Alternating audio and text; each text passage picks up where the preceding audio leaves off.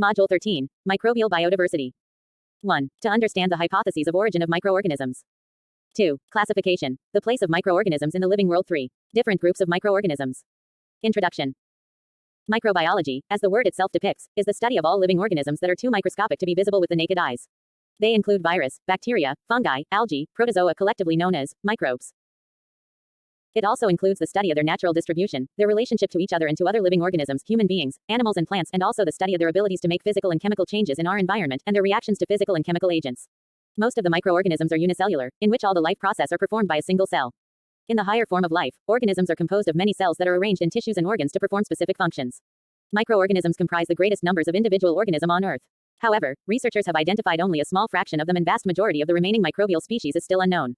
What is biodiversity? Most of the biologists define the biodiversity as the totality of genes, species and ecosystems of a region. In general, biodiversity is referred as the variety and abundance of all life form that live on Earth. Species is the basic unit of biodiversity. According to Irwin, biodiversity is related to the species number and species richness plus the total activities that each organism undergoes during its existence through events in the life of its members and also its non-phenotypic genomic expression. Thus, to study the microbial biodiversity, it is important to study their interspecific and intraspecific interaction in a given habitat. 2. Hypotheses of origin of microorganisms. 2 hypotheses were attempted to explain the origin of microorganisms. Paper 03 Biodiversity and Conservation. A. Theory of spontaneous generation. This theory is also known as Aristotelian abiogenesis. Aristotle 384 to 322 BC was among the early thinkers who believed that the life spontaneously arise from the non-living things. He taught that the life might originate spontaneously from the soils, plants, and the other unlike animals. Some common examples of spontaneous generations were that earthworms were created when dirt and water made mud, maggots arise from rotten meat, and mice are produced from bread left in a dark corner. The theory of spontaneous generation was debated for hundreds of years, and with the passage of time, many experiments were performed to disprove this theory. Francesco Redi, 1626-1697, in 1668, Redi challenges the spontaneous generation theory. He published his first set of experiment in which he placed a piece of meat in a jar covered with gauge. By covering the jar, he made it impossible for the flies to lay egg inside the jar. Flies were attracted by the odor of meat, and flies laid eggs on the gauze covering. Thereafter, maggots were developed from eggs. In this experiment, he explained that the maggots developed from the flies' eggs, not from rotten meats. Thus, disproved the theory of spontaneous generation of life. B. Biogenesis. The concept of biogenesis was given by Rudolf Virchow in 1858. According to this concept, living cell can only be born out of pre-existing living cells. But he did not come up a convincing experiment to prove his concept of biogenesis. Later on, in 1861, Louis Pasteur, French scientist, showed that microorganisms exist in the air and can contaminate the sterile solutions, but he also emphasized that air itself does not produce microbes and offers proof of biogenesis by using gooseneck neck flask. Finally, John Tyndall 1820-1893 conducted an experiment.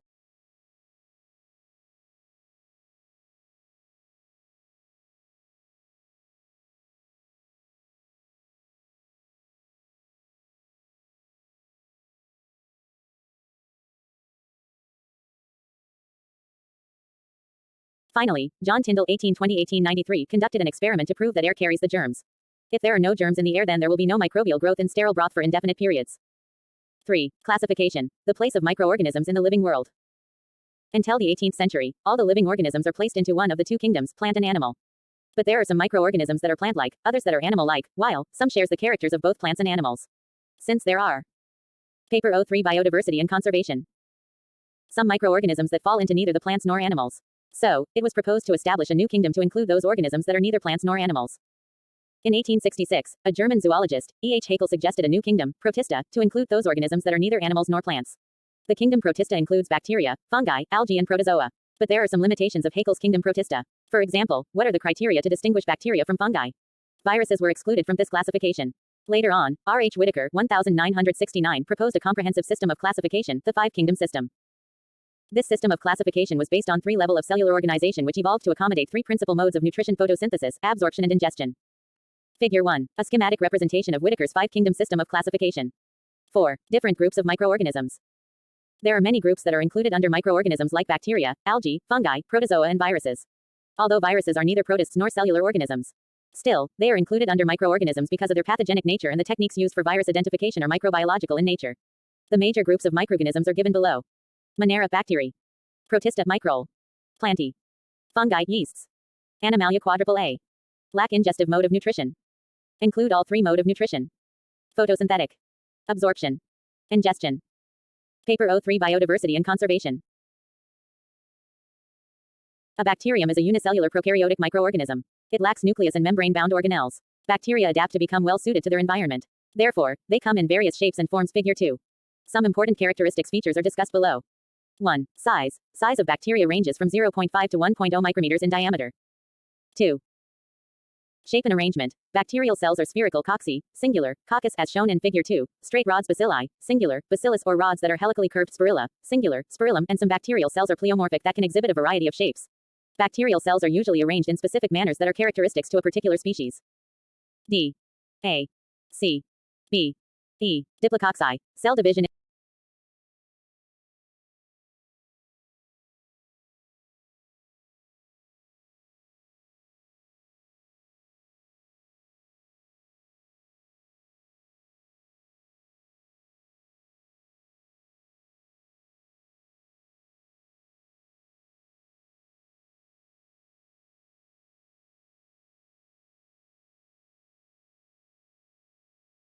Diplococci. Cell division in single plane.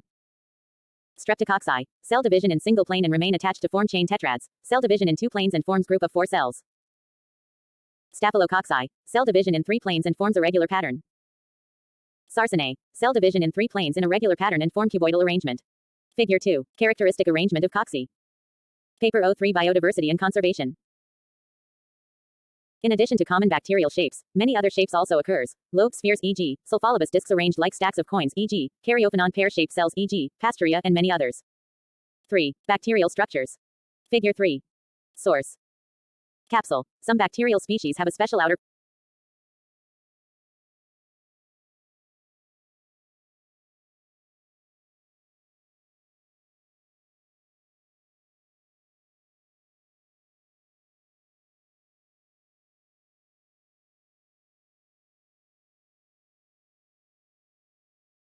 capsule. Some bacterial species have a special outer protective covering, a capsule, made up of polysaccharides. Capsule made up of a single kind of sugar are termed as homopolysaccharides e.g., Streptococcus mutans, while capsule made up of several kind of sugars are termed as heteropolysaccharides e.g., Klebsiella pneumonia. A few capsules are polypeptide. For example, capsule of Bacillus anthracis is entirely composed of a polymer of glutamic acid. Capsule serves a number of functions. 1. Provides protection against temporary drying by binding water. 2. Blocks bacteriophage attachment. 3. Are antiphagocytic in nature. 4. Promotes bacterial attachment to the surface, etc. Cell wall. Each bacterial cell is enclosed by a rigid cell wall composed of peptidoglycan. It gives shapes to the cell. Its main function is to prevent the cell from expanding and eventually bursting because of water uptake. It also helps to anchor appendages like the pili and flagella. Cell wall composition varies widely amongst. Paper 03 Biodiversity and Conservation. Bacteria.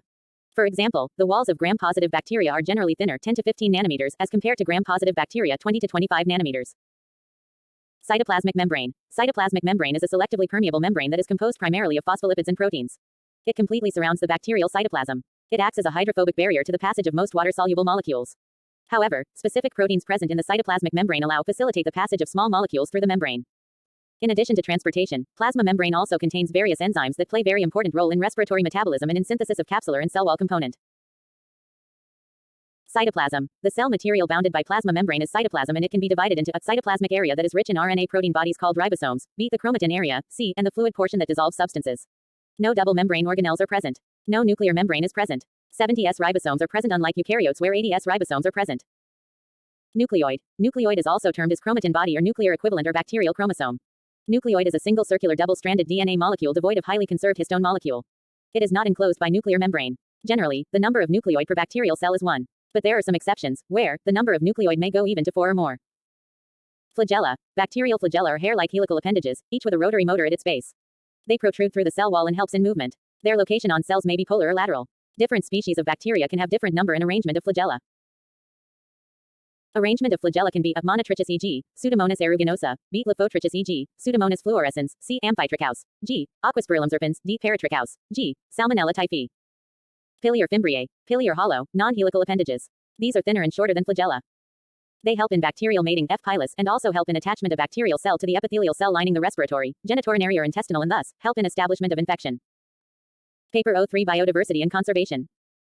4. Reproduction. Bacteria reproduce by vegetative, asexual and sexual method. Vegetative method includes budding e.g., Rhodopseudomonas acidophila fragmentation e.g., Nocardiasp. And binary fission e.g., Bacillus subtilis.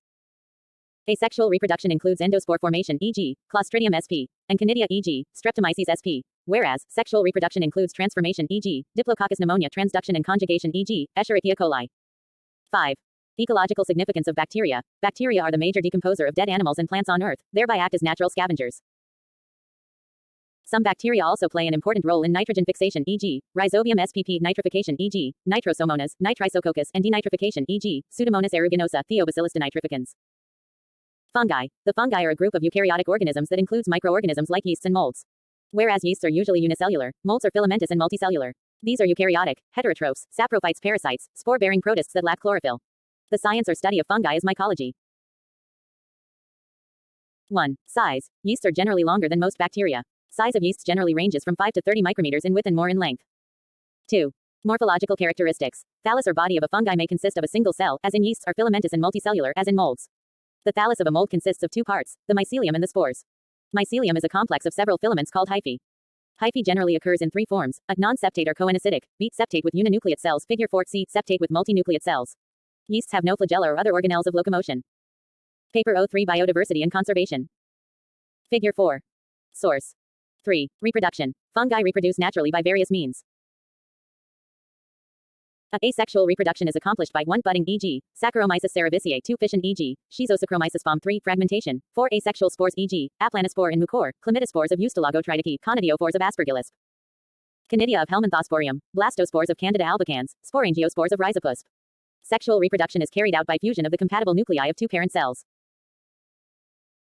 There are various methods of sexual reproduction: 1. Planogametic copulation, e.g., Syncytrium, 2. Gametangel contact, e.g., Phytophthora, Albago, 3. Gametangel copulation, e.g., Mucor, Rhizopus, 4. Somatogamy, e.g., Agaricus, 5. Spermatization, e.g., Pycniospores.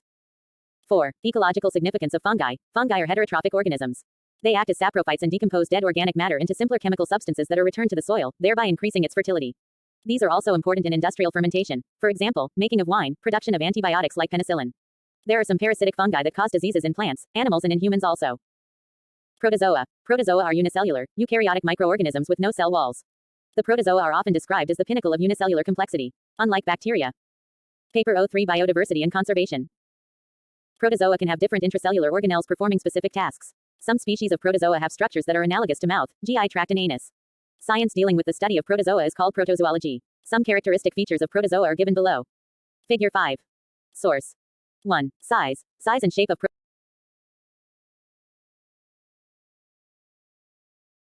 1. Size. Size and shape of protozoa shows considerable variation. For example, Leishmania donovani measures 1 to 4 micrometers in length while Amoeba proteus figure 5 measures 600 micrometers. 2. Morphological characteristics. Like eukaryotic cells, protozoan cells also consist of cytoplasm, nucleus, etc. The protozoa cells have at least one eukaryotic nucleus. However, some protozoa have multiple nuclei, e.g., ciliates. The cytoplasm is separated from surrounding by a unit membrane called plasmalemma. In addition to plasmalemma, many protozoa may possess an extra covering of membranes that is modified for movement, support, and protection is known as pellicle.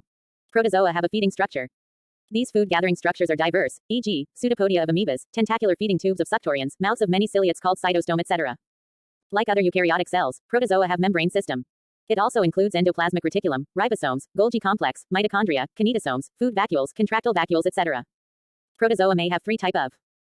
Paper 03 Biodiversity and Conservation. Specialized organelles that helps in movement. Pseudopodia, e.g., Amoeba flagella, e.g., Trypanosoma brucei, and cilia, e.g., Paramecium bursaria.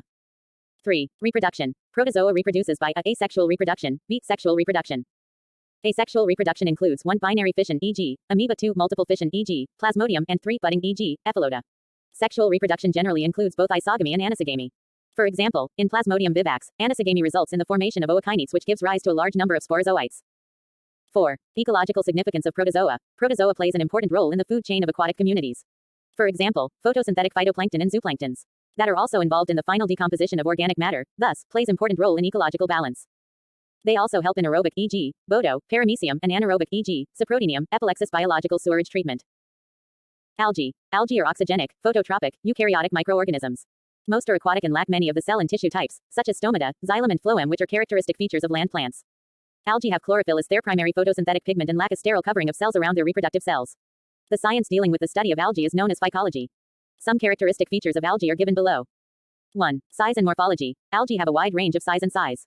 Size ranges from 1 micrometer to several feet. Many species occurs as single cells that may be spherical, rod-shaped, club-shaped, or spindle-shaped. Others are multicellular, including filamentous, e.g., Spirogyra parenchymates, e.g., macrocystic, etc. In most species, the cell wall is thin and rigid. The cell walls of many algae are surrounded by a flexible, gelatinous outer matrix secreted through cell wall. Like eukaryotic cell, algal cell contain nucleus and other membrane-bound organelles. In algae, there are 3 kinds of photosynthetic pigments like chlorophyll, carotenoids, keratines, and xanthophylls, and billiproteins. There are 5 types of chlorophyll pigment that is. Paper O3 Biodiversity and Conservation. Present in algae, presence of a particular chlorophyll pigment serve as a major characteristic of the algal division. For example, chlorophyll D appears only in the division Rhodophyta. The modal algae have flagella occurring singly, in pairs or in cluster. Mainly 2 types of flagella are there, whiplash, smooth, tinsel, hairy, while some algae are non-modal. Figure 6. Source. 2. Reproduction. Reproduction in algae can be vegetative, asexual. Vegetative reproduction.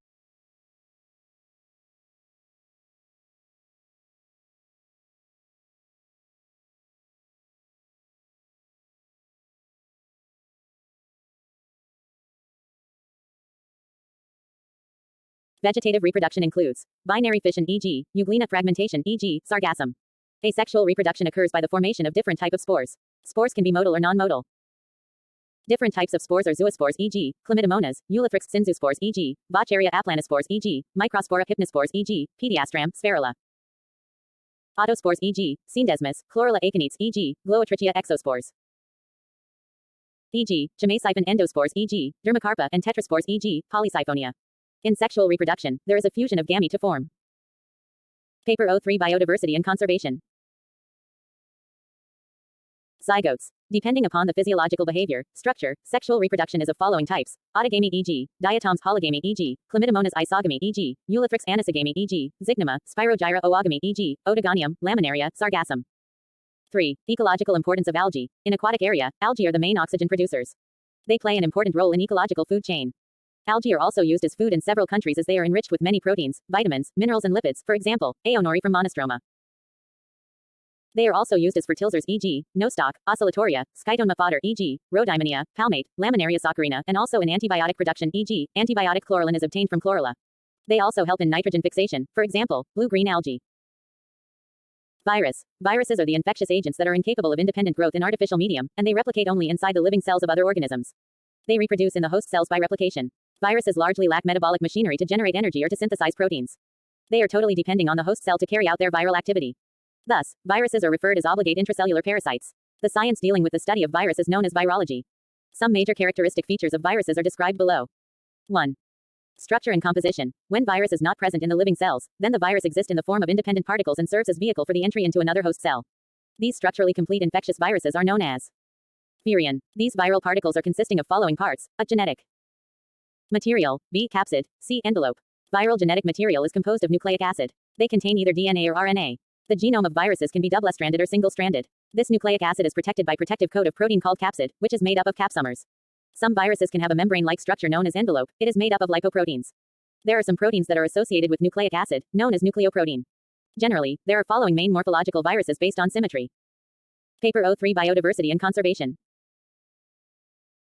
Helical, e.g., tobacco mosaic virus, measles, mumps, parainfluenza icosahedral, e.g., polioviruses, rotaviruses, herpes, adenoviruses complex, e.g., poxviruses, even bacteriophages. 2. Replication of viruses. Multiplication in viruses takes place by replication. During replication, viral proteins and the nucleic acid are reproduced by their host cells as they are lacking of metabolic machinery. These viral protein and nucleic acid components are assembled into virus particle and then released from the host cells. The mechanism of release varies with the type of virus. Some virus infection, host cell lysis to release the virion particles, while some viruses are released by budding through the special area of the host cell membrane. Figure 7. Source. 3. Economic importance of viruses. Viruses are important in preparing vaccines by using partial or completely dead virus, and also by using their infectious parts.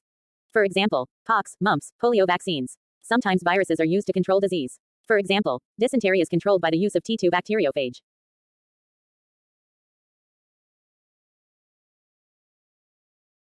4. Paper O3 Biodiversity and Conservation. 1. Introduction. Biological diversity deals with the degree of variability of plant and animal life in biosphere. This variation in diversity can be observed at genetic level, species and ecosystem level. Biodiversity facilitates the renewal of water, air, soil, and also allows the free recycling. Human interference in nature gave rise to a subset of biodiversity which is known as agrobiodiversity. Agricultural biodiversity or agrobiodiversity includes fish species, harvested crop varieties, livestock breeds, and wild resources. Non-harvested species that support food provision, e.g., soil microbiota, pollinators and greenflies, bees, butterflies, earthworms. Non-harvested species that support agricultural, forest, pastorals and aquatic ecosystems. Agrobiodiversity is the central part of overall biodiversity. Agrobiodiversity encloses the variety and variability of plants, animals, and microorganisms. The variability is necessary for sustaining the functions of the agroecosystem. The integral parts of agrobiodiversity are culture and local knowledge. Therefore, it can be said that the variety and variability of plants, animals, and microorganisms used directly or indirectly for food and agriculture, livestock, crops, fisheries, and forestry is termed as agrobiodiversity. Or diversity within agriculture-related species, agricultural systems and individuals within species is defined as agrobiodiversity. It includes all those organisms that are associated with agricultural and food production. For e.g., plants, animals, insects, reptiles, amphibians, soil organisms and other microorganisms. It also includes wild and domesticated species that serve as genetic stocks for several important traits. Agrobiodiversity is responsible for firmness in agriculture production, livelihood of farmers' sustainable development. 5. Paper 03 Biodiversity and Conservation.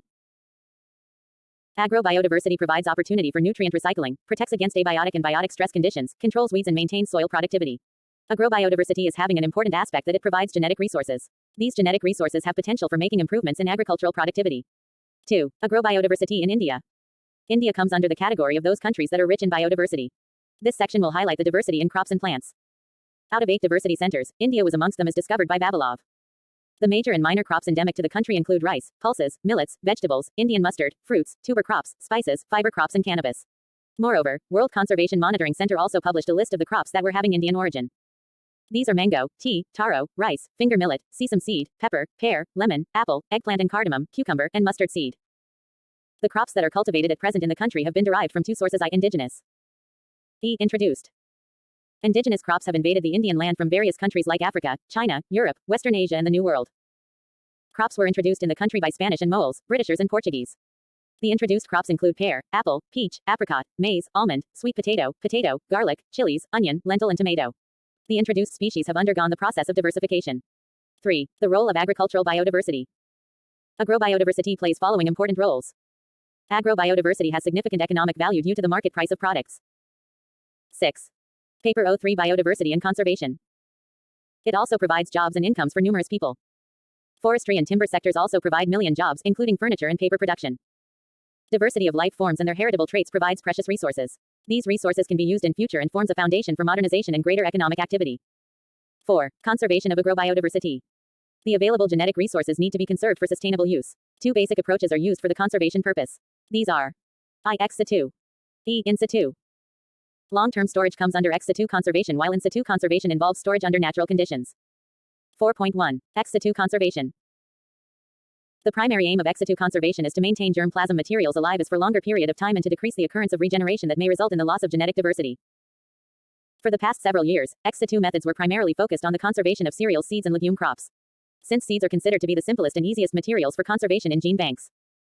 Dry seeds are stored at low temperatures in seed banking techniques. Therefore, relative humidity, seed moisture content and temperature play an important role in determining the seed longevity. Advancement in ex situ research shows that origin may be a key factor in determining their shelf life. In addition, seed longevity is also affected by endospermic or non-endospermic nature of seed and intraspecific variation. 7. Paper 03 Biodiversity and Conservation. Seed longevity in seed banks is ensured by high-quality seeds during initial stage. Sometimes, post-harvest treatment of seeds can badly affect the initial seed quality and ultimately leads to genetic drift and erosion.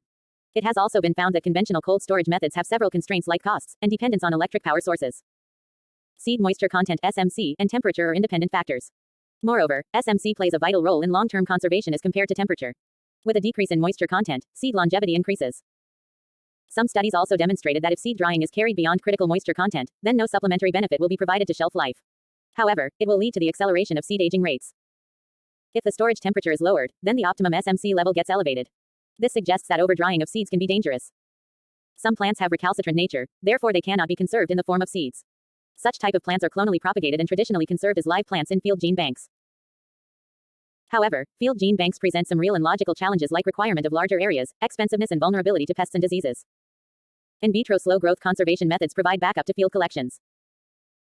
Cryopreservation in liquid nitrogen at -196°C is also a promising option for ex situ conservation since it arrests meiotic and metabolic activities.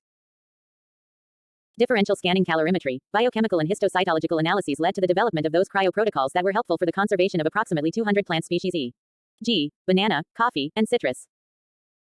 Researchers are analyzing that the cryopreservation methods provide long-term security and cost-effective conservation of plant genetic resources, orthodox seeds. DNA material is the most requested material in gene banks and its demand is increasing for molecular studies. It was suggested that DNA storage facilities should be established as a backup for traditional ex situ conservation. However, fewer efforts have been made for 8. Paper 03 Biodiversity and Conservation. The collection and conservation of DNA is a genetic resource, although some efforts have been made for the establishment of DNA banks for endangered animals and few plant species. Regeneration is a critical step and great challenge for gene bank management. This is because the probability of genetic erosion is highest during this step. Attributes that play key role in the preservation of genetic variability in gene banks is the sample size and the effective population size. Allelic frequency will change if the sample size is too small. It is an important aspect to understand that how various conservation methods like seed banks, field banks and cryopreservation affect the genetic makeup and lead to a reduction in effective population size. Gene banks. The term gene bank is used for some specific purposes like pollen bank, semen bank or blood bank. The term gene bank is related to the conservation of plant genetic resources (PGR) under ex situ conservation. The ex situ conservation of cultivated and wild plant species and their wild relatives can be carried out by several institutions, modes and methods.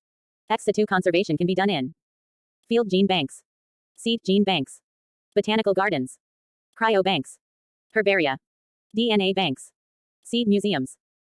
Tissue culture banks. A gene bank is a genetic resource management program coordinated by nodal agency and other active partners. In India, plant genetic resources management comes under the umbrella of Indian Council of Agricultural Research and Department of Agricultural Research and Education.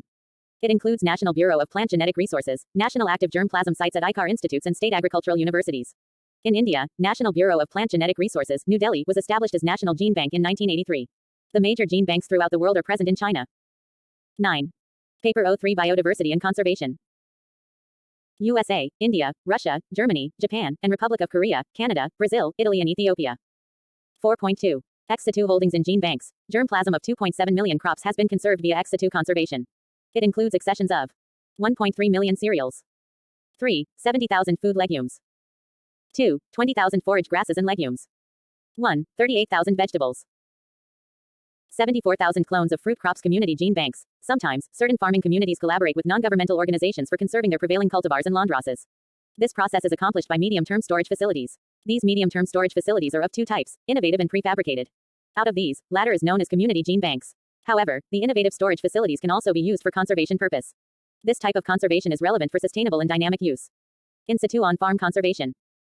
In situ conservation method involves the conservation of plant genetic resources in a natural undisturbed mode. It maintains diverse populations of traditional farming practices in a conventional undisturbed mode. The in situ on-farm conservation technique is the maintenance of natural plant populations within their agro-ecosystem for which they have been adapted originally. The in situ approach is commonly followed for natural plant species, forest trees, wild species progenitors of crop plants. 10. Paper 03 Biodiversity and Conservation. The on-farm conservation is applicable for the conservation of semi-domesticated, semi-wild species, wild relatives, weeds of crops, landraces of crops and traditional cultivars. Wild populations of cultivated plants. It has been estimated that 1.5 billion farmers are involved in situ on-farm conservation throughout the world. In situ conservation allows the dynamic and continued adaptation of plants to their natural environment in contrast to ex situ conservation. In India, protected areas constitute 4.2% of total land area. Major biogeographical zones of India include 496 wildlife sanctuaries and 89 national parks. They cover an area of 183,000 square kilometers. These areas help to conserve the biodiversity within their natural habitat. First effort for in situ conservation of agrobiodiversity was made in 1990s by the establishment of Citrus Gene Sanctuary in Nokrek Biosphere Reserve, Meghalaya. The research data and basic information regarding this project was provided by ICAR to Ministry of Environment, Forests and Climate Change (MoFCC). MoFCC is the nodal agency that looks into those matters that are related with the biodiversity. The same project was further taken up by Man and Biosphere Reserve (MAB) program of United Nations. Throughout the world, there are 18 hotspots and amongst these 2 are present in India. The buffer zones that are rich in agrobiodiversity need to be applied in situ approaches for the conservation of genetic resources. However, the handling of conservation sites requires great research, large-scale efforts, and increased awareness. Certain activities have been initiated by public and non-governmental organizations for on-farm conservation of biodiversity. Some projects have been initiated in collaboration for the on-farm conservation of rice germplasm in tribal areas of Chhattisgarh. Collaborative studies have also been undertaken in fertile plains of northern region where rice wheat system of cultivation is prevalent. Moreover, National Plant Genetic Resources Management System will provide technical suggestions to non-governmental organizations regarding on-farm conservation practices. 11. Paper 03 Biodiversity and Conservation. With the advancement in technology, modern tools and methodologies have been developed so as to help the farmers in maintaining the genetic diversity of the crops growing in their fields. 5. Registration of biodiversity at local level. The Biodiversity Act, 2002 has the provision for the conservation and sustainable use of biodiversity at local level. For this purpose, Biodiversity Management Committee should be constituted by every local body. The major function of this committee, BMC, is to prepare biodiversity register after consulting local people. The register should contain detailed information regarding the availability of local biological resources, their usage and traditional knowledge associated with them. The register should contain detailed information regarding the availability of local biological resources, their usage and traditional knowledge associated with them. The biodiversity registers are maintained and validated by BMC. 6. Community recognition and awards. Contribution of farmers and farming communities have been recognized under the Protection of Plant Varieties and Farmers' Rights Act, 2001 PPV and FR Act. 17 agrobiodiversity hotspots in India have been demarcated for observing the contributions of farmers and farming communities in those areas where in situ on-farm conservation practice is still going on. Agrobiodiversity hotspots are shown in Table 1. 12. Paper O3 Biodiversity and Conservation. Table 1 shows various agrobiodiversity zones in India and areas covered under them. Senior number. Agrobiodiversity hotspots areas covered. 1. Konkan Coast Goa and Maharashtra. 2. Travancore and Malabar Kerala. 3. Gulfs of Rann and Kathiawar Gujarat. 4. Leeward Deccan Plateau Karnataka and Maharashtra. 5. North Gujarat and Mewar Gujarat and Rajasthan. 6. Arid Jodhpur Bikaner Belt Rajasthan. 7. NW Temperate Himalaya and Ladakh Jammu and Kashmir, Himachal Pradesh and Ladakh. 8. Sikkim Hills and Arunachal Himalayas Sikkim and Arunachal Pradesh. 9. Hills of Meghalaya 10. Nagaland Manipur Tripura Mizoram Manipur, Nagaland, Mizoram and Tripura. 11. Brahmaputra part of Assam 12. Gangetic Delta West Bengal. 13. Lower Ganges system Bihar. 14. Triveni Allahabad Belt Uttar Pradesh. 15. Koraput region and Bastar and adjoining area. Orissa and Chhattisgarh. 16. Kaveri system Tamil Nadu and Karnataka. 17. Andaman Islands and Lakshadweep Andaman and Nicobar and Lakshadweep. Source. PPV and FR Authority. 13. Paper O3 Biodiversity and Conservation. 6. Base and active collection. Ex situ collections are of two types, a base collection B. Active collection. These collections are held at every genetic resource center. A base collection, the set of accessions that resembles closely to the original population in terms of genetic diversity, is known as base collection. The accessions are preserved under long-term storage conditions for maintaining the integrity. However, seeds in the base collection are not distributed directly to the farmers. Rather than, base collection acts as backup for an active collection of germplasm. The international standards were established in 1985 for long-term storage. The standards were established by International Board of Plant Genetic Resources. Standards for ex situ conservation require sub-zero temperature. Seed moisture content 3%-7%. Generally, 3%-7% seed moisture content with cooler temperatures is generally preferred. However, there are certain cases where seed moisture content needs to be raised. For e.g., seed breakage during handling. B. Active collection. The set of accessions that are available for immediate distribution and multiplication is known as active collection. The storage period of such types of accessions ranges from short-term to medium-term storage. The working collection of breeders is also stored for short-medium term. The accessions of active collections should be kept in such conditions so that the viability of accessions doesn't go below 65% for 10 to 20 years. The desired temperature range where the accessions are kept is 0 degrees Celsius - 10 degrees Celsius. It depends upon the nature of the species that have to be stored, prevailing environment and cost factors.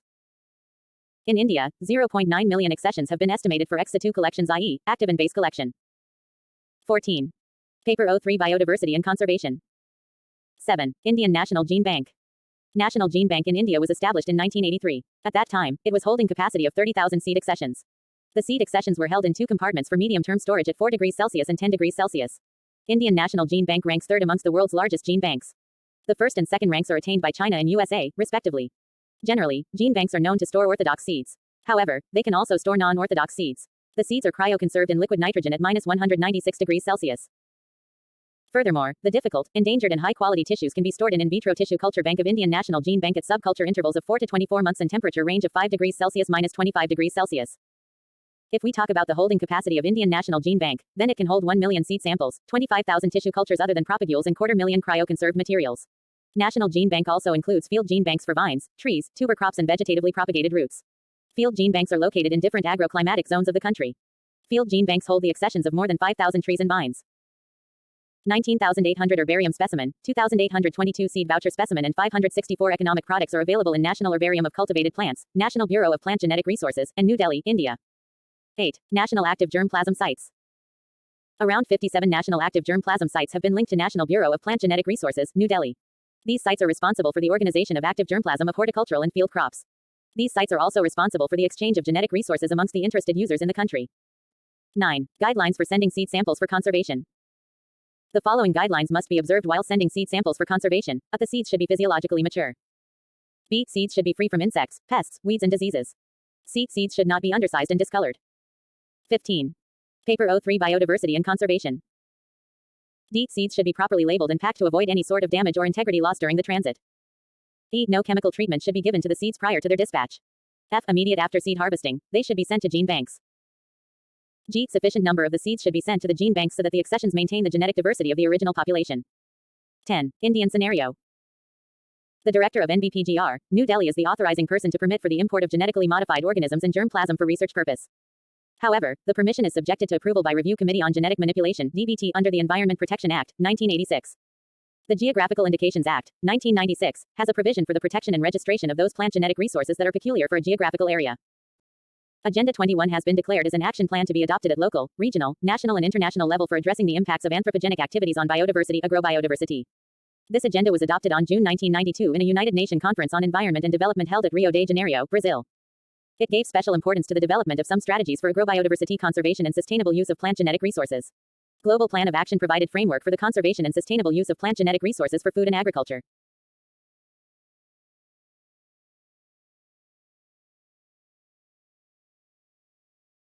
Module 15. Hotspots of biodiversity. Biodiversity hotspots are areas that support natural ecosystems that are largely intact and where native species and communities associated with these ecosystems are well represented. They are also areas with a high diversity of locally endemic species, which are species that are not found or are rarely found outside the hotspot. The concept of biodiversity hotspots was given by Norman Myers in two articles, The Environmentalist, 1988 and 1990. In 1988 he first identified 10 tropical forest hotspots, characterized both by exceptional levels of plant endemism and by serious levels of habitat loss. In 1990, Myers added a further 8 hotspots, including 4 Mediterranean-type ecosystems. Conservation International adopted Myers hotspots as its institutional blueprint in 1989, and in 1996, the organization made the decision to undertake a reassessment of the hotspots concept. 3 years later an extensive global review was undertaken, which introduced quantitative thresholds for the designation of biodiversity hotspots. Species richness. Endemic richness. Level of threat to species. Biodiversity hotspot. Paper 03 Biodiversity and Conservation. According to to qualify as a hotspot, a region must meet 2 strict criteria. It must contain at least 1,500 species of vascular plants greater than 0.5% of the world's total as endemics. It has to have lost at least 70% of its original habitat, or it must have 30% or less of its original natural vegetation. In 1999, identified 25 biodiversity hotspots in the book, Hotspots, Earth's Biologically Richest and Most Endangered Terrestrial Ecoregions. Collectively, these areas held as endemics about 44% of the world's plants and 35% of terrestrial vertebrates in an area that formerly covered only 11.8% of the planet's land surface. The habitat extent of this land area had been reduced by 87.8% of its original extent, such that this wealth of biodiversity was restricted to only 1.4% of Earth's land surface. In 2005 published an updated titled, Hotspots Revisited, Earth's Biologically Richest and Most Endangered Terrestrial Ecoregions. Global Biodiversity Hotspots, World. Currently, there are 35 biodiversity hotspots. Overall, these hotspots once covered 15.7% of the Earth's land surface. In all, 86% of the hotspots' habitat has already been destroyed, such that the intact remnants of the hotspots now cover only 2.3% of the Earth's land surface. The biodiversity hotspots hold especially high numbers of endemic species. Each hotspot faces extreme threats and has already lost at least 70% of its original natural vegetation. Over 50% of the world's plant species and 42% of all terrestrial vertebrate species are endemic to the 35 biodiversity hotspots. Africa. A total of 08 hotspots in African continent hold a diversity of plant and animal life, many of which are found nowhere else on Earth. 1. Cape Floristic Region. 2. Coastal forests of Eastern Africa. 3. Eastern Afromontane. Paper 03 Biodiversity and Conservation. 4. Guinean forests of West Africa. 5. Horn of Africa. 6. Madagascar and the Indian Ocean Islands. 7. Maputoland Pondal and Albany. 8. Succulent Karoo. 2. Asia Pacific. Composed of large land areas as well as islands dotting the Pacific Seas, these 14 hotspots represent important biodiversity. 1. East Melanesian Islands. 2. Himalaya. 3. Indo-Burma. 4. Japan. 5. Mountains of southwest China. 6. New Caledonia. 7. New Zealand. 8. Philippines. 9. Polynesia Micronesia. 10. Southwest Australia. 11. Forests of Eastern Australia, New. 12. Sundaland. 13. Wallacea. 14. Western Ghats and Sri Lanka. 3. Europe and Central Asia. From the Mediterranean basin to the mountains of Central Asia, these 4 hotspots are unique in their diversity. 1. Caucasus. 2. Irano-Anatolian. 3. Mediterranean basin. Paper 03 Biodiversity and Conservation. 4. Mountains of Central Asia. IV. North and Central America. North and Central America play host to thousands of acres of important habitat. 1. California Floristic Province. 2. Caribbean Islands. 3. Madrian Pine Oak Woodlands. 4. Mesoamerica. B. South America. From Brazil's Cerrado to the tropical Andes, South America has some of the richest and most diverse life on Earth. 1. Atlantic Forest. 2. Cerrado. 3. Chilean winter rainfall Valdivian forests. 4. Tums Chaco Magdalena. 5. Tropical Andes. Hottest hotspots. Some hotspots are much richer than others in terms of their numbers of endemics. The analysis so far has considered 5 key factors: numbers of endemics and endemic species, area ratios for both plants and vertebrates, and habitat loss. These factors do not carry equal weight, so they cannot be combined into a single quantitative ranking. For comparative purposes in qualitative fashion, here is a list of 8 hottest hotspots, which appear at least 3 times in the top 10 listings for each factor. 1. Madagascar. 2. Philippines. 3. Sundaland. 4. Brazil's Atlantic forests. 5. Caribbean island. 6. Indo-Burma region. 7. Western Ghats and Sri Lanka. Paper 03 Biodiversity and Conservation. 8. Eastern Arc and coastal forests of Tanzania, Kenya. The leaders are Madagascar, the Philippines and Sundaland, appearing for all 5 factors, followed by Brazil's Atlantic forest and the Caribbean, appearing for 4. 3 of these hotspots, Madagascar, the Philippines and the Caribbean, have small areas, which further highlights their importance. The map shows 34 biodiversity hotspots. These are the areas which are suffering biodiversity loss and where attention is needed. Originally Norman Myers gave the 25 biodiversity hotspots green, coded as 1 to 25, and later 9 hotspots blue, 26 to 34 added by Mittermeier. Paper 03 Biodiversity and Conservation. Megadiverse countries. The concept of megadiversity is based on the total number of species in a country and the degree of endemism at the species level and at higher taxonomic levels. The World Conservation Monitoring Center recognized 17 megadiverse countries in July 2000 including 1. Australia 6, India 11, Brazil 16, United States 2. The Congo 7, Indonesia 12, Colombia 17, Venezuela 3. Madagascar 8, Malaysia 13, Ecuador 4. South Africa 9, Papua New Guinea 14, Mexico 5, China 10, Philippines 15, Peru. This group of countries has less than 10% of the global surface, but support more than 70% of the biological diversity on Earth. The concept was first developed by Russell Mittermeier in 1988, as a way to prioritize conservation action. Based on an analysis of primate conservation priorities, he found that 4 countries accounted for 2/3 of all primate species. The analysis was then expanded to include other mammals, birds, reptiles, amphibians, plants and selected groups of insects. This countries representing majority of tropical rainforests, coral reefs and other priority systems. The results of the assessment were published in the Megadiversity, Earth's Biologically Wealthiest Nations Mittermeier, Gill and Mittermeier eds. 1997, Cemex, Mexico. Global Biodiversity Hotspots, Asia Pacific 1, East Melanesian Islands. Once largely intact, the 1,600 East Melanesian Islands are now a hotspot due, sadly, to accelerating levels of habitat loss. 2. Himalaya. The Himalaya hotspot is home to the world's highest mountains, including Mt. Everest. Paper 03 Biodiversity and Conservation. 3. Indo-Burma. Encompassing more than 2 million square kilometers of tropical Asia, Indo-Burma is still revealing its biological treasures. 4. Japan. The islands that make up the Japanese archipelago stretch from the humid subtropics in the south to the boreal zone in the north, resulting in a wide variety of climates and ecosystems. 5. Mountains of southwest China. With dramatic variations in climate and topography, the mountains of southwest China support a wide array of habitats including the most endemic rich temperate flora in the world. 6. New Caledonia. An island the size of New Jersey in the South Pacific Ocean, New Caledonia is the home of no less than 5 endemic plant families. 7. New Zealand. A mountainous archipelago once dominated by temperate rainforests, New Zealand harbors extraordinary levels of endemic species. 8. Philippines. More than 7,100 islands fall within the borders of the Philippines hotspot, identified as one of the world's biologically richest countries. 9. Polynesia Micronesia. Comprising 4,500 islands stretched across the southern Pacific Ocean, the Polynesia Micronesia hotspot is the epicenter of the current global extinction crisis. 10. Southwest Australia. The forest, woodlands, shrublands, and heath of Southwest Australia are characterized by high endemism among plants and reptiles. 11. Forests of Eastern Australia. Forests of East Australia hotspot consists of a discontinuous coastal stretch along the Australian states of Queensland and New South Wales, extending inland and further west. Paper 03 Biodiversity and Conservation. Although it includes the New England tablelands and the Great Dividing Range, this region contains more than 1,500 endemic vascular plants. 12. Sundaland. The spectacular flora and fauna of the Sundaland hotspot are succumbing to the explosive growth of industrial forestry in these islands. 13. Wallacea. The flora and fauna of Wallacea are so varied that every island in this hotspot needs secure protected areas to preserve the region's biodiversity. 14. Western Ghats and Sri Lanka. Faced with tremendous population pressure, the forests of the Western Ghats and Sri Lanka have been dramatically impacted by the demands for timber and agricultural land. Protecting and maintaining biodiversity hotspots. Hotspots are not formally recognized or governed areas. However, the identification of an area as a biodiversity hotspot increases the likelihood of conservation investment. In addition, other designations for biodiversity conservation are likely to be present within these broad areas which may have more formal management structures.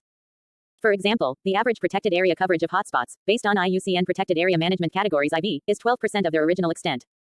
Hotspot conservation initiatives. Only a small percentage of the total land area within biodiversity hotspots is now protected. Several international organizations are working in many ways to conserve biodiversity hotspots. The Critical Ecosystem Partnership Fund, CEPF, is an alliance among 7 non-governmental and private sector organizations, including Conservation International. It is a global program provides grants to organizations around the world that are working to help protect biodiversity hotspots. Biodiversity hotspots are also used by Paper 03 Biodiversity and Conservation. Major foundations and the Global Environment Facility (GEF) to target investments in global conservation. The Worldwide Fund for Nature has derived a system called the Global 200 Ecoregions, the aim of which is to select priority ecoregions for conservation within each of 14 terrestrial, 3 freshwater, and 4 marine habitat types. They are chosen for their species richness, endemism, taxonomic uniqueness, unusual ecological or evolutionary phenomena, and global rarity. All biodiversity hotspots contain at least one Global 200 ecoregion. BirdLife International has identified 218 inches endemic bird areas, EBAs, each of which hold 2 or more bird species found nowhere else. BirdLife International has identified more than 11,000 important bird areas all over the world. Plant Life International coordinates several the world aiming to identify important plant areas. Alliance for Zero Extinction is an initiative of a large number of scientific organizations and conservation groups who cooperate to focus on the most threatened endemic species of the world. They have identified 595 sites, including a large number of BirdLife's important bird areas. The National Geographic Society has prepared a world map of the hotspots and ArcView shapefile and metadata for the biodiversity hotspots, including details of the individual endangered fauna in each hotspot, which is available from Conservation International. Biodiversity hotspots of India. Just 17 of the world's 200 or so countries contain 70% of its biodiversity, earning them the title megadiverse. India is one of these megadiverse countries with only 2.4% of world land area and 4% of freshwater, yet accounts for 7.3% of recorded species, making it third most megadiverse country after Brazil and Costa Rica, with highest concentration of species in Agathymali Hills in Western Ghats. Paper 03 Biodiversity and Conservation. Group number percent of world species. Mammals 357.6%, birds 1224, 12.6%, amphibians 197.4%, reptiles 408, 6.2%, fishes 2546, 11.7%, flowering plants 15,006%.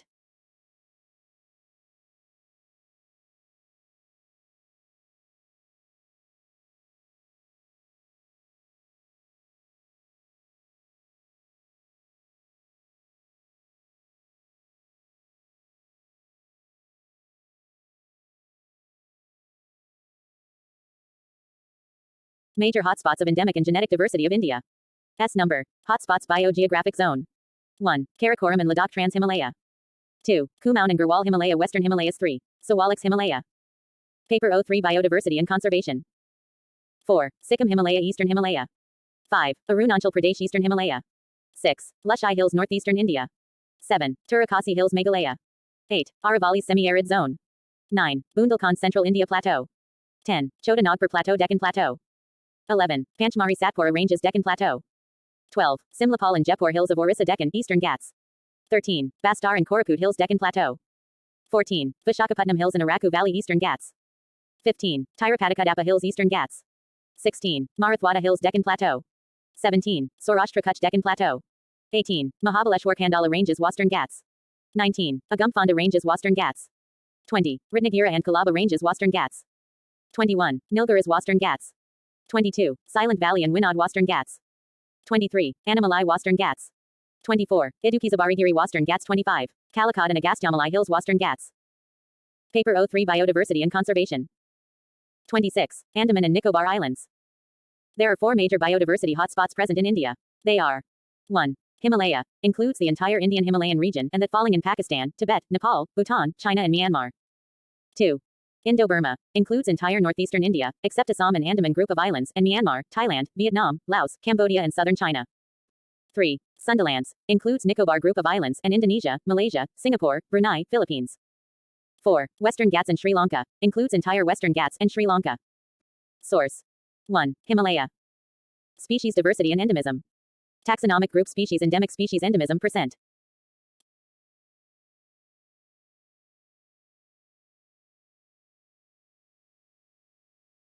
The Himalayan hotspot has nearly 163 globally threatened species. This region encompassing Bhutan, northeastern India, and southern, central, and eastern Nepal. The abrupt rise of the Himalayan mountains from less than 500 meters to more than 8,000 meters results in a diversity of ecosystems that range from alluvial grasslands and subtropical broadleaf forests along the foothills to temperate broadleaf forests in the mid-hills, mixed conifer and conifer forests in the higher hills, and alpine meadows above the tree line. Biodiversity. The Himalayan hotspot has nearly 163 globally threatened species, both flora and fauna, including the one-horned rhinoceros vulnerable, the wild Asian water buffalo endangered. There are an estimated 10,000 species of plants in the Himalayas, of which 1/3 are endemic and found nowhere else in the world. The area has long been recognized as a rich center of primitive flowering plants and is popularly known as the cradle of speciation. Species of several families of monocotyledons, Orchidaceae, Zingiberaceae and Ericaceae are found in the area. Gymnorperms and pteridophytes ferns are also well represented here. The area is also rich in wild relatives of plants of economic significance, e.g. rice, banana, citrus, ginger, chili, jute and sugarcane. It is also regarded as the center of origin and diversification of 5 palms of commercial importance, namely coconut, arecanut, palmyra palm, sugar palm and Paper 03 Biodiversity and Conservation. Wild date palm, T. sinensis, has been cultivated in this region for the last 4,000 years. Many wild and allied species of tea, the leaves of which are used as a substitute for tea, are found in the northeast, in their natural habitats.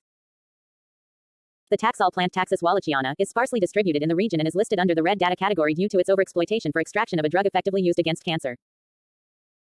A few threatened endemic bird species such as the Himalayan quail, cheer pheasant, western tragopan are found here, along with some of Asia's largest and most endangered birds such as the Himalayan vulture and white-bellied heron.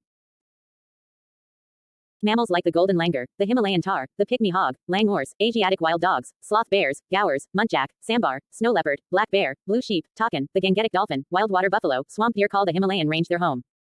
2. Indo-Burma. Paper 03 Biodiversity and Conservation. Species diversity and endemism. Taxonomic group species endemic species endemism.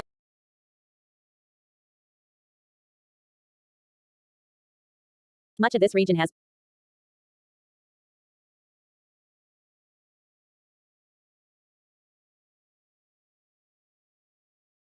The Indo-Burma region encompasses several countries. It is spread out from eastern Bangladesh to Malaysia and includes northeastern India south of Brahmaputra River, Myanmar, the southern part of China's Yunnan province, Lao People's Democratic Republic, Cambodia, Vietnam and Thailand. The Indo-Burma region is spread over 2 million sq.km of tropical Asia. Since this hotspot is spread over such a large area and across several major landforms, there is a wide diversity of climate and habitat patterns in this region. Biodiversity. Much of this region has been deteriorating rapidly in the past few decades. This region is home to several primate species such as monkeys, langurs and gibbons with populations numbering only in the hundreds. Many of the species, especially some freshwater turtle species, are endemic. Almost 1,300 bird species exist in this region including the threatened white-eared night heron endangered, the gray-crowned croceus endangered, and the orange-necked partridge near threatened. It is estimated that there are about 13,500 plant species in this hotspot, with over half of them endemic. A wide array of orchid and ginger species, there are more than. Paper 03 Biodiversity and Conservation. 1,000 orchid species in Thailand alone, and many tropical hardwood trees, including commercially valuable dipterocarp species and teak tectona grandis. 3. Western Ghats and Sri Lanka. Species diversity and endemism. Paper 03 Biodiversity and Conservation. Western Ghats, also known as the Sahyadri Hills, encompasses the mountain forests in the southwestern parts of India and highlands of southwestern Sri Lanka. These regions have moist deciduous forest and rain forest. The region shows high species diversity as well as high levels of endemism. Sri Lanka, which lies to the south of India, is also a country rich in species diversity. It has been connected with India through several past glaciation events by a land bridge almost 140 km wide. The entire extent of hotspot was originally about 182,500 square km, but due to tremendous population pressure, now only 12,445 square km or 6.8% is in pristine condition. Biodiversity. The wide variation of rainfall patterns in the Western Ghats, coupled with the region's complex geography, produces a great variety of vegetation types. Some prominent genera and families are represented by large numbers of endemic species, such as Impatiens with 76 of 86 species endemic, Dipterocarpus with 12 of 13 species endemic, and Calamus with 23 of 25 species endemic. Of the 490 tree species recorded from low and mid-elevation forests, 308 species are endemic. The only gymnosperm tree, Podocarpus equals Nagea wallachianus, is also endemic. Of the 267 species of orchids, 130 are endemic. There are over 6,000 vascular plants belonging to over 2,500 genera in this hotspot, of which over 3,000 are endemic. Much of the world's spices such as black pepper and cardamom have their origins in the Western Ghats. Nearly 235 species of endemic flowering plants are considered endangered.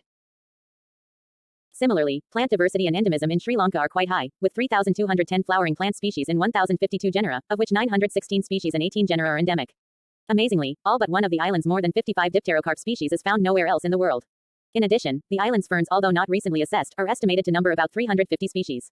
Approximately 433 plant. Paper 03 Biodiversity and Conservation.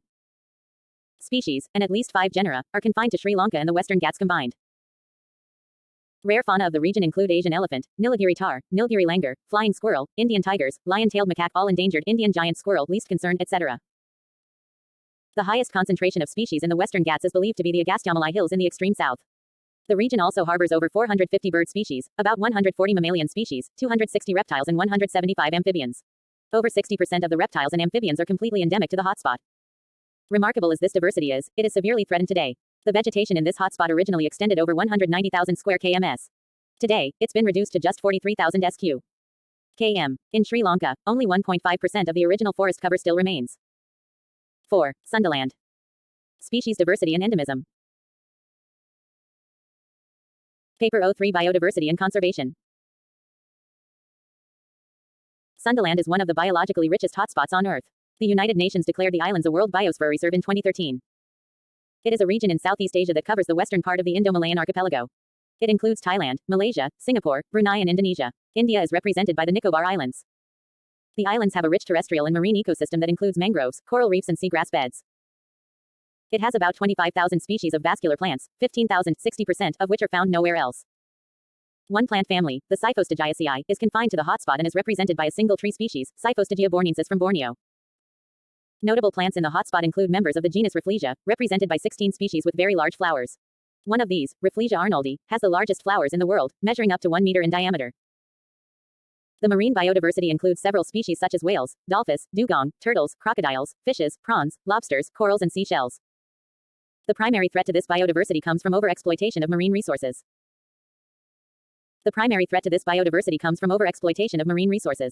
In addition, the forests on the island also need to be protected. Hope spots. A hope spot is an area of ocean that merits special protection because of its wildlife and significant underwater habitats. Andaman and Nicobar and Lakshadweep Islands. Andaman and Nicobar and Lakshadweep Islands have been named as the new hope spots by IUCN and oceanographer Sylvia Earle of Mission Blue, an organization involved in the study of oceans. Paper 03 Biodiversity and Conservation. Andamans and Nicobar Island has some of world's unique species of birds and plants. In the case of Lakshadweep, the coral reefs are quite sensitive to the ocean environment and that needs protection. Biodiversity importance of hotspots. The biodiversity importance of hotspots is due to the high vulnerability of habitats and high irreplaceability of species found within large geographic regions. This means that these areas and the species present within them are both under high levels of threat and of significant global value based on their uniqueness. Therefore, operations that occur within global biodiversity hotspots should follow rigorous biodiversity assessments to prevent further biodiversity loss within these areas. This is a global scale approach based on coarse scale ecoregions that therefore has limited use for site scale assessment and decision making. Biodiversity hotspots will include areas of high biodiversity importance as well as degraded land and urban areas, and therefore more detailed assessments are needed to locate the actual distribution of biodiversity within these areas. Social cultural values of hotspots. Given the richness of hotspot ecosystems, hotspots are often areas which offer essential ecosystem services. It is estimated that biodiversity hotspots, despite comprising 2.3% of the Earth's surface, account for 35% of the global ecosystem services. Furthermore, hotspots are home to 2.08 billion people, which add significance to the ecosystem services that they provide. Biodiversity hotspots can include a variety of human land uses, rural and urban, as well as protected areas under a range of possible governance types. Therefore, many social and/or cultural values are likely to be present in some parts. This, however, is irrespective of the identification of the area as a biodiversity hotspot. Reasons for biodiversity loss in hotspots. There are 4 main reasons why species are being threatened in these biodiversity hotspots. 1. Habitat destruction. As recently as 30 years ago, most of the regions in these biodiversity hotspots were inaccessible and remote. Now, due to better infrastructure. Paper 03 Biodiversity and Conservation. Contact of these areas with humans has increased. Activities such as logging of wood, increased agriculture, increased human habitation has led to destruction of forests and pollution of rivers. These factors are causing species ranges to reduce and habitats to become choppy. The government planned to establish habitat corridors, but these plans have not yet materialized in most areas. Activities such as mining, construction of large dams, highway construction has also caused significant destruction of habitats. 2. Resource mismanagement. Increased tourism without proper regulation has led to pollution and environmental degradation. Prime example are pilgrimage destinations like Rishikesh and hill stations like Dehradun. These spots, once nestled in the pristine ranges of the Himalayas, are now dirty commercial destinations. Places like Dehradun are even experiencing a construction boom so large that illegal immigrants from Bangladesh are also flocking there.